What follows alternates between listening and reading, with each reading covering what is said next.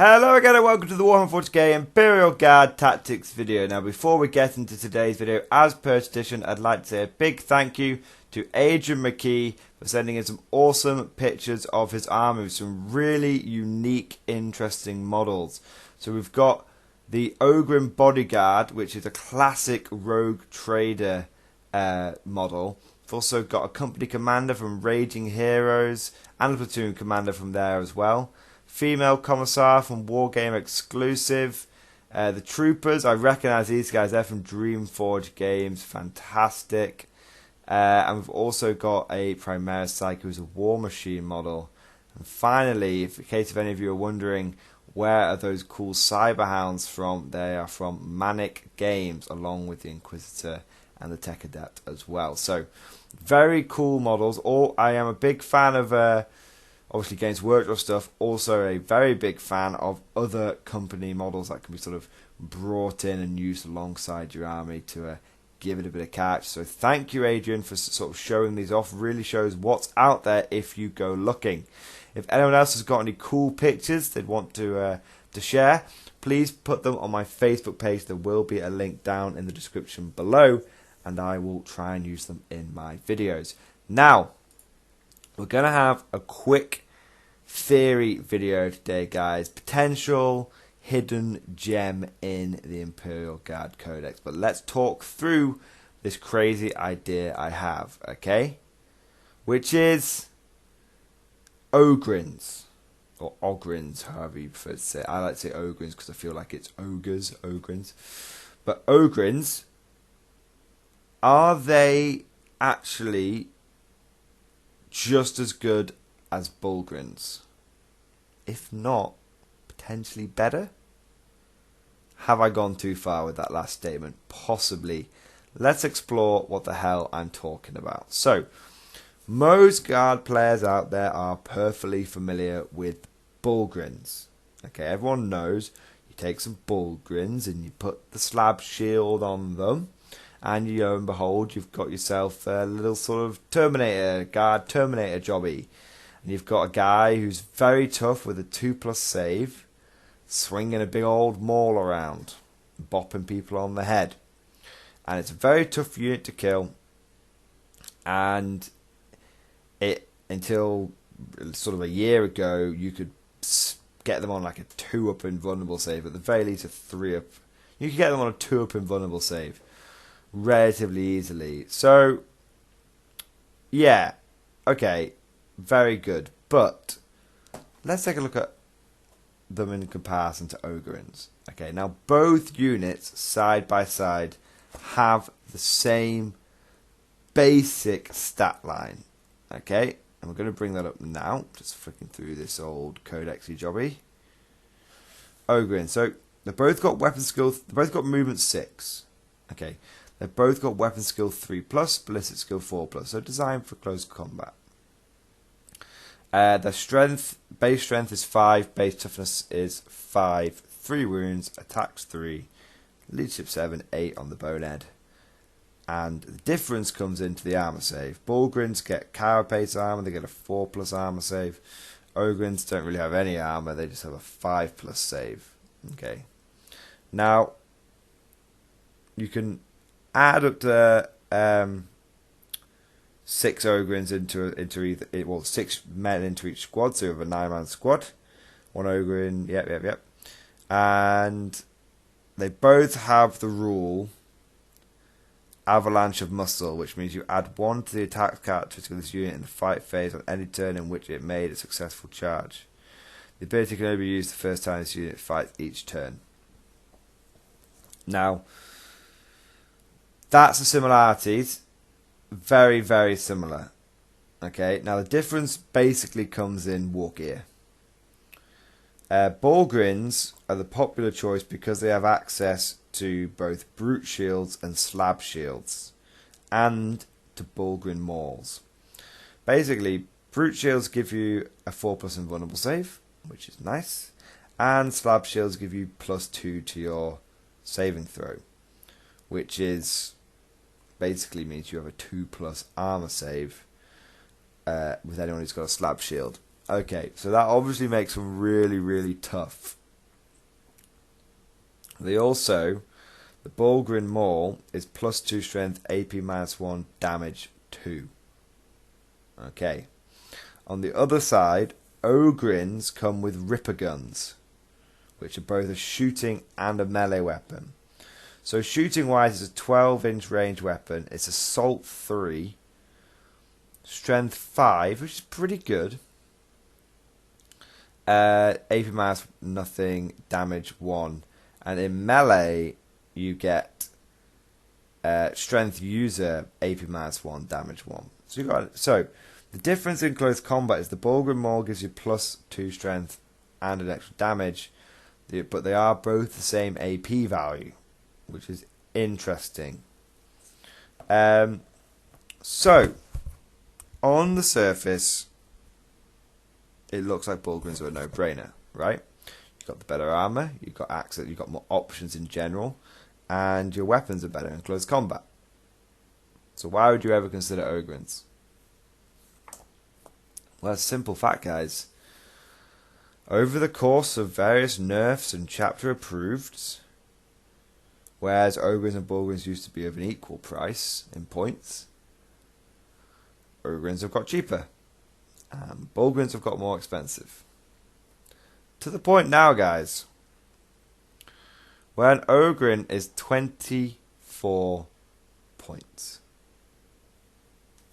24 points. And a Ogryns is 42 points. Which is almost double. Like, it's not far off. I mean, 2 Ogryns is only 6 points more than 1 Ogryns. Okay? And that really does... And I'm not telling you all to go out there and buy 1,000,000 Ogryns. I don't want you to think that. Okay? I'm just starting to put together in my own head. That's very interesting.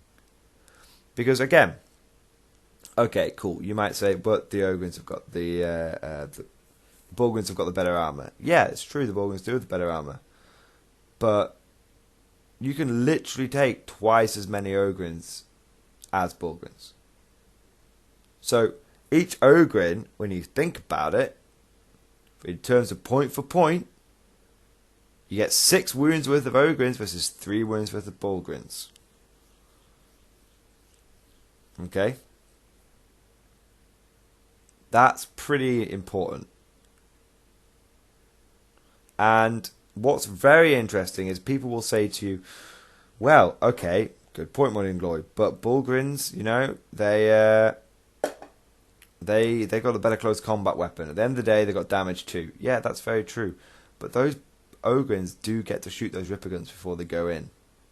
And again, the fact that you get 2 Ripper Guns for every 1 Ogryns Maul means that the damage is going to start, and the strength 5 shots, the damage is going to start piling up very easily. Now, one other thing to mention, because I know a lot of people are going to talk about this, right? Ogryns can be buffed to insane levels. This is true. With things like take cover, which means that you're getting +1 to your armor save. Now again, it's actually a bit of a nerf, which sounds weird. Take cover just used to be +1 to your saving throw, which meant that you could put that on the guys with the invuln shields, which you go with 3+ invuln, and then you could combine that with the psychic barrier psychic power to go up to a 2+ invulnerable save. Because I believe, and I'm going to double check before I end up talking shit. Nope, until the start of your next psychic phase, add 1 to your saving throw. Psychic barrier gives you +1 to your saving throws. So you could have a 2+ invuln save guide. That's gone. Take cover now only affects your armor save. So what's interesting is, so you can buff them still with psychic powers. Cool, great. And you can buff them with obviously like the stratagems. Cool, great. And you can also take things like a priest, which gives you +1 attack, and there's loads of other stuff you can do. Loads. I mean, I don't think Strachan affects them. I'm just going to double check because again, I don't want to speak out my bum. But like I said, I don't think Strachan affects them. No, it's all Kashtan units, so he doesn't affect them. But yeah, what I'm saying is it's like 3 different buffs you can throw on the Bulgarians. But you know what?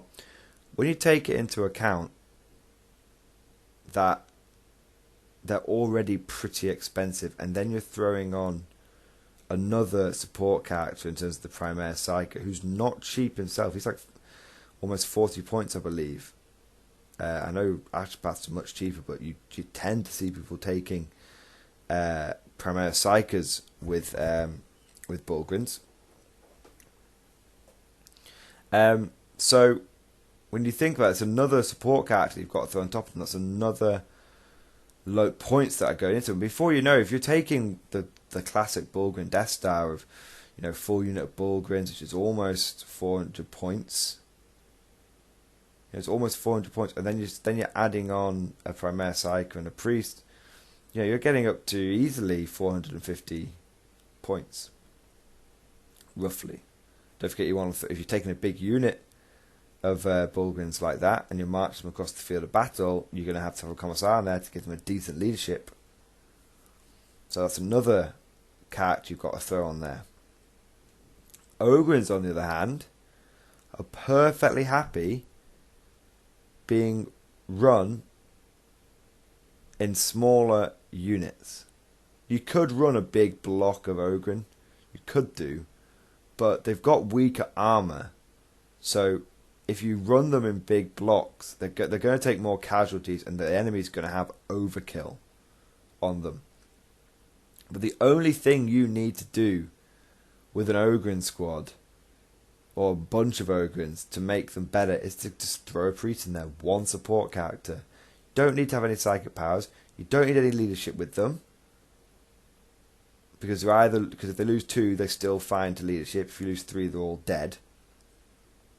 So you don't need psychic powers, because I can get. You mean you could do? You could. There's 2 ways of looking at this, right? There's 2 ways of looking at this.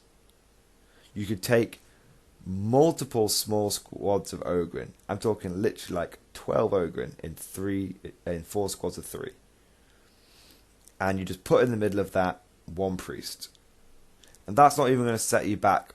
That's not going to set you back at all. Like, that's 72 times 4 plus a priest, which is like 30 points, 35 I believe.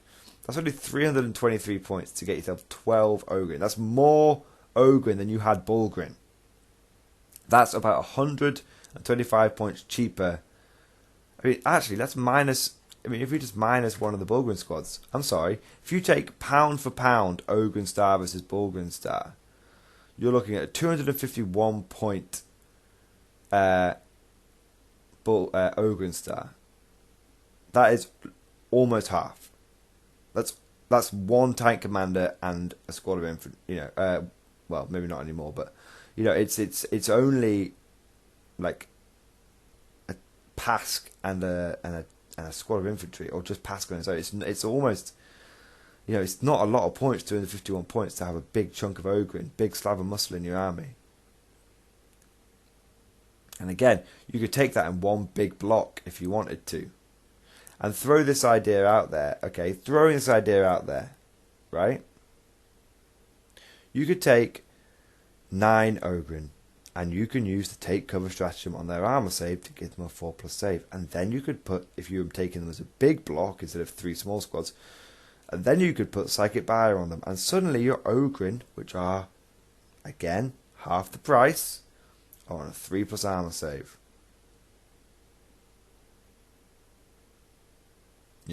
That's good, and that's cheap. You could take that twice. You could take that twice. And the great thing is I would be tempted to. It's so much cheaper. But there is a reason it is cheaper. Bear that in mind. There's a reason it's cheaper. But I would say that point for point, Ogryns are just as good as Bulgryns now. If you take them MSU, and you just take, literally, 40 42 points per Bulgrin. 9 of them is 378 points. And then you're adding in your priest and a Lord Commissar and a Premier Psyker, and you're running up to, it's almost 500 points. It's almost 500 points. And I've done that relatively roughly, so it's just under 500 points. If you did the same thing, so same characters, but you don't take the Lord Commissar and you don't take the Psyker, and you're taking multiple small unit Ogryns. Okay? So you don't need, so it's that. So you take the number, you take the points of the Bulgryns. Ah, fuck this, right. 42 times 9 divide by 24. You can get 15, almost 16 Ogryns for the same price. 16 Ogryns, multiple small unit, led by a lone priest. You definitely get 16 seconds. That's you know, you could easily push your way up to, you know, you're on 16 Ogren there. You're not taking a Lord Commissar, that's another Ogren. You're not taking a Premier Psyker, that's another Ogren. That's 6 squads of Ogryns there. 18 Ogryns for the same price as 9 Bulgryns. That is insane, guys. And yeah, it's just a theory. It's just a theory craft video. It's a fun theory craft video. You're gonna have to. That's a lot of money. You know, it's like £30. That's £10 per Ogryn. You've got £180 worth of Ogryns unless you're able to make some or convert some or buy them cheap from somewhere that you know. It's a lot of money on Ogryn, but let me tell you, it seems like it could be powerful. It's one hell of a distraction kind of effect. You know, you could send 9 Ogryn up a flank with a priest, 9 Ogryn up another flank with a priest. And behind that, you could just have waves of infantry. And the enemy has to decide, do I shoot the Ogryn, which are going to do terrible, terrible things to me? Or do I shoot the infantry, which are going to be, if I don't, just be shooting me to death? It's very interesting, guys. Tell me what you think. Am I mad? Have I gone completely off the rails? Or have we got, or is this a hidden gem? Is this a hidden tactic that no one's caught on to yet? You know, no one's got onto it. Now, of course, remember, you got to take things into account like rules of 3 and everything. Don't forget that, guys. But I want to throw it out there. This could be powerful. Let me know what you think. Double Ogryn star or single Bulgrin star? What is your verdict? Please let me know down in the comments below. Thank you for listening, and of course, I'll see you guys next time.